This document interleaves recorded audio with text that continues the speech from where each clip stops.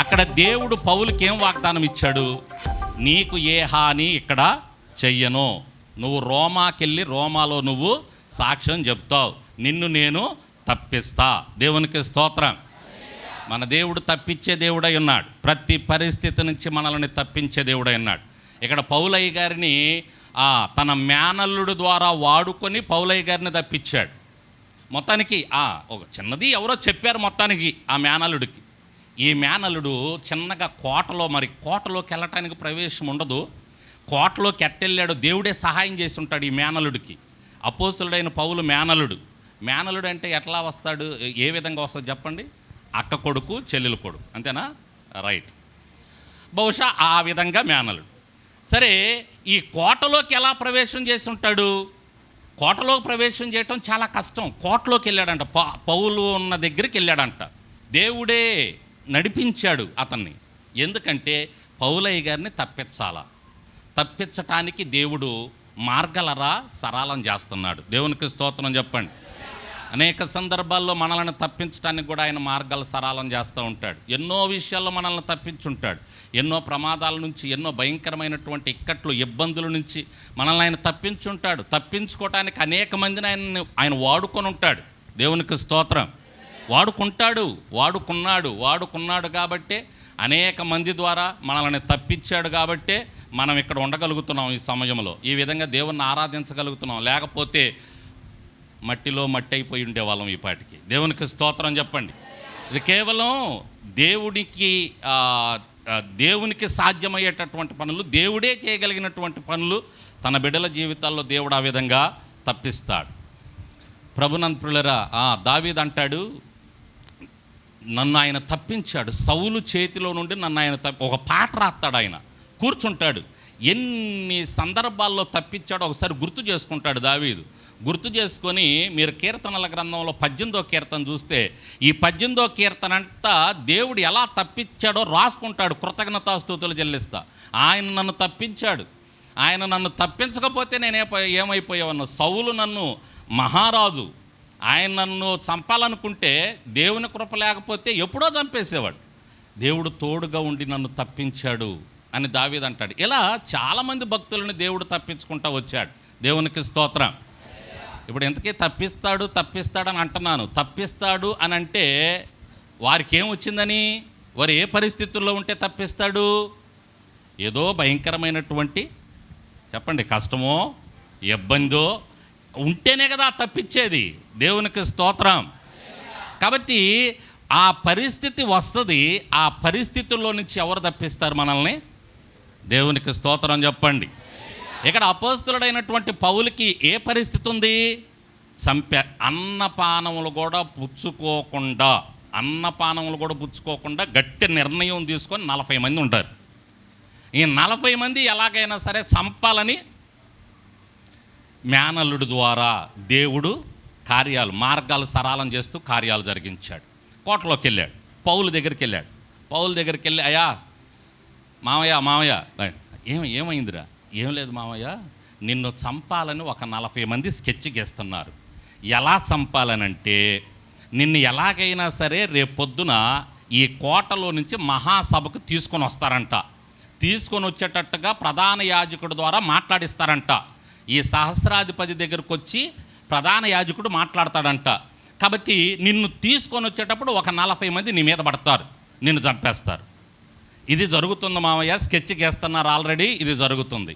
ఆడ ఒక శతాధిపతి ఉన్నాడు. ఆ శతాధిపతిని పిలిచాడు.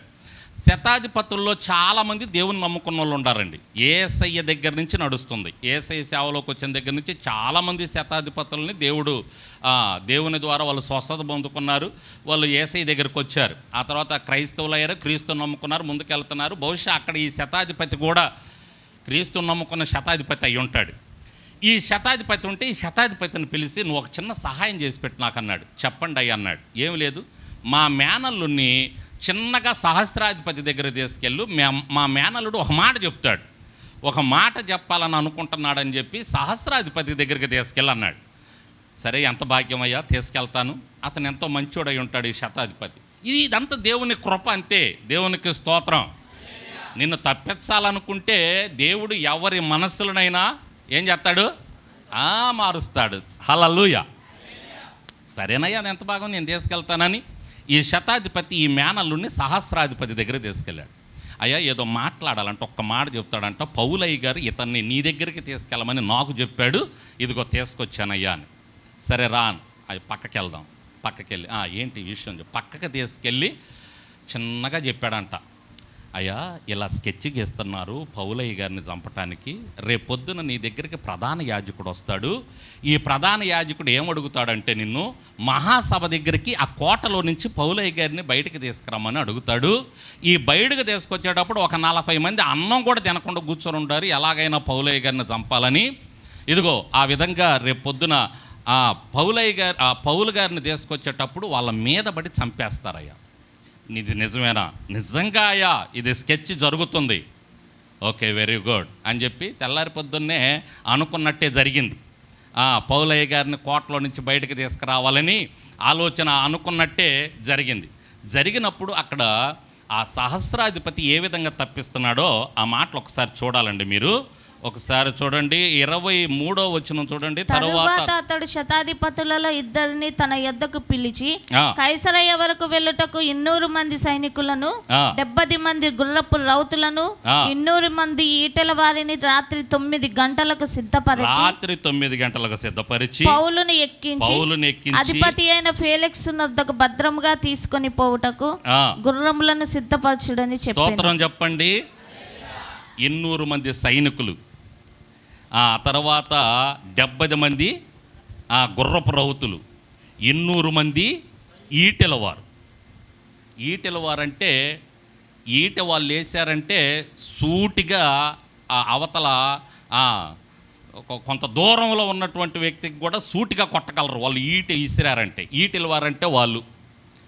ఎంతమంది ఈటెలవారు? 200 మంది. 200 మంది అంటే ఏమో, 200 మంది అంటే 400 మంది అంటే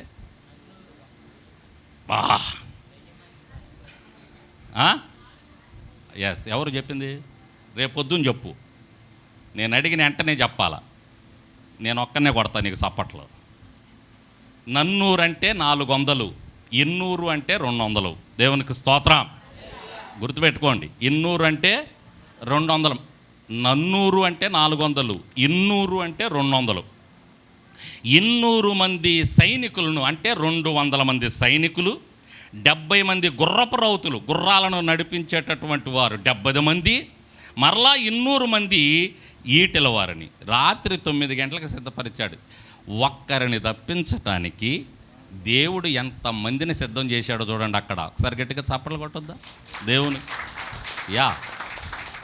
పౌలయ్య గారిని తప్పించటానికి ఒక సహస్రాధిపతిని వాడుకొని దగ్గరగా 470 మందిని ఏర్పాటు చేశాడు. హల్లెలూయా.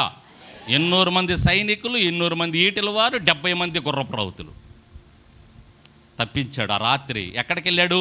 ఫెలిక్స్ మళ్ళీ ఉత్తరం రాసి, చక్కగా ఉత్తరం రాసి, ఉత్తరంలో ఏంటంటే అయ్యా ఫెలిక్స్ అనే గవర్నర్ ఉన్నాడు, గవర్నర్ దగ్గరికి పంపిస్తున్నాడు. ఇక ఏకంగా ఇక్కడ కాదు, ఇక్కడ పౌలయ్య గారిని ఉంటే వీళ్ళు ఏదో ఒక రకంగా చంపేస్తారు, ఇక్కడ ఉంచకూడదని ఏకంగా గవర్నర్ దగ్గరికే పంపిస్తున్నాడు. గవర్నర్కి ఒక ఉత్తరం రాసి, ఫెలిక్స్ గారు మీకు నా వందనాలండి, ఆడ కింద ఉంటుంది చూడండి ఆ లెటరు. అయ్యా ఇదిగో ఈ విధంగా వద్దులే, ఈ విధంగా ఈ పౌలు గారిని మీ దగ్గరకు పంపిస్తున్నానండి, ఇక్కడ ఉంటే చంపేసేటట్టున్నారు, ఇతని గురించి స్కెచ్ గీశారు, కాబట్టి ఇతన్ని మీ దగ్గరకు పంపిస్తున్నానని చెప్పి పౌలయ్య గారిని ఎక్కడికి పంపించాడంటే గవర్నర్ దగ్గరికి పంపించాడు. దేవునికి స్తోత్రం. ఆ రాత్రి గవర్నర్ దగ్గరికి పౌలయ్య గారు చేరాడండి. దేవునికి స్తోత్రం చెప్పండి.